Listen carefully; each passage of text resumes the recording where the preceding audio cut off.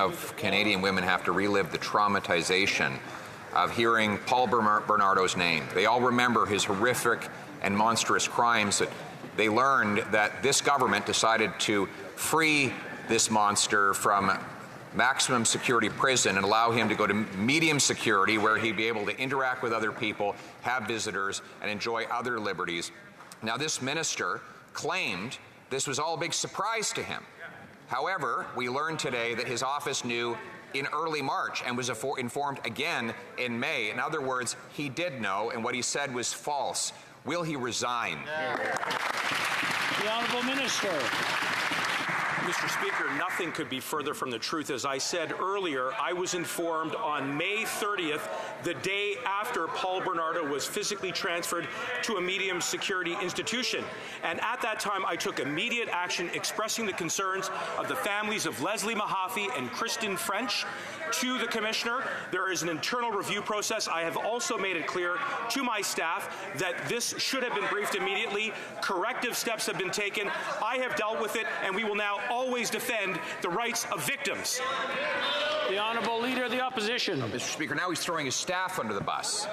His office admits that they found out on March the 2nd, 3 months before the minister claimed to be shocked by the news.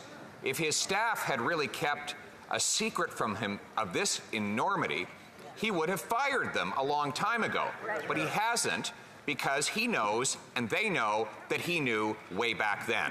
So will he do the only honourable thing that is left for him to do, and resign? The Honourable Minister of Public Safety. Mr. Speaker, I invite the Leader of the Conservative Party to repeat that allegation outside of the House. I will absolutely reject it. I knew on May 30th...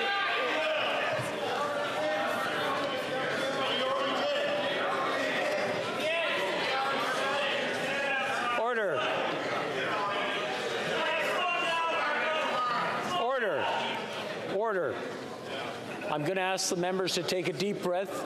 I know some of the topics we discuss in here are very emotional and we get carried away, but I'm going to ask everyone to take a deep breath and allow the minister to answer so that the honourable member of the Leader of the Opposition can hear the answer. The Honourable Minister, please continue. You have 22 seconds.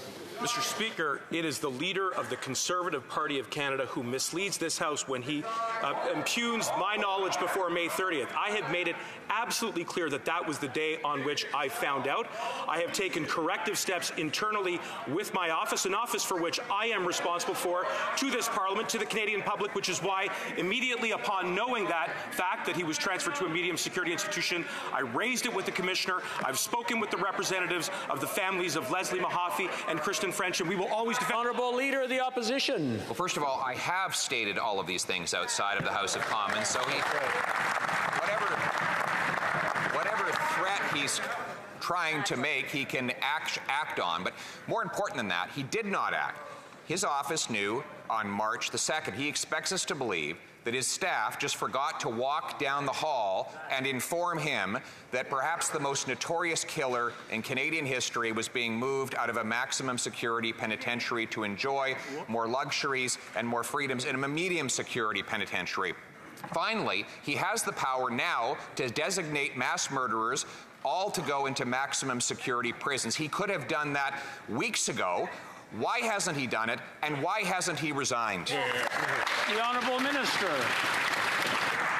Mr. Speaker, the Leader of the Conservative Party of Canada lays out a prescription for political interference which foreshadows what Canadians would get with a Conservative government. On this side of the House, Mr. Speaker, we recognize the independence of those decisions, and when I became aware of the fact that Bernardo had been transferred to a medium security institution, I raised it with the Commissioner. I raised the concern. I'm going to have to interrupt again. I mean, it's getting way out of hand. I just want everyone to take a deep breath. The Honourable Minister, you have 20 seconds. Say you're sorry. Mr. Speaker, In the questions that are posed by the leader of the Conservative Party of Canada, Canadians know they will get a prescription for political interference. On this side of the House, we're doing it the right way. Today, I will be issuing new ministerial instructions to the Correctional Services of Canada to make sure that they put victims' rights at the centre of decisions to transfer, that they inform victims' families before those transfers take place, and we will always stand up for their rights. The Honourable Leader of the Opposition. Mr. Speaker, it is the legitimate power of a public safety minister to issue directives about classes of prisoners. The former public safety minister, Ralph Goodale, did that about prisoners suspected of having contraband. That's right. That is normal. That is a power that the minister has today. He could classify all mass murderers as requiring maximum security detention. That is a decision he could make now. It is a decision he could have made on March the 2nd when his office became aware that this monster was being transferred out of maximum security prison. Why, given that he has not done that and because he has misled this House, will the Prime Minister fire him? Yeah. The Honourable Minister for Public Safety. Mr. Speaker, perhaps the leader of the Conservative Party of Canada did not hear my last answer. We will be issuing new directions to the Correctional Service of Canada to ensure that they put victims' rights at the centre of these decisions, to be sure that they inform victims' families before these transfers take place, and to be sure that I am directly notified on a go-forward. What did they get with Conservatives, Mr. Speaker, the last time they were in government? Cuts to the Correctional Services of Canada in the amount of $300 million in their last year of government. That's the difference between what Canadians get with Conservatives and what they will get with our government.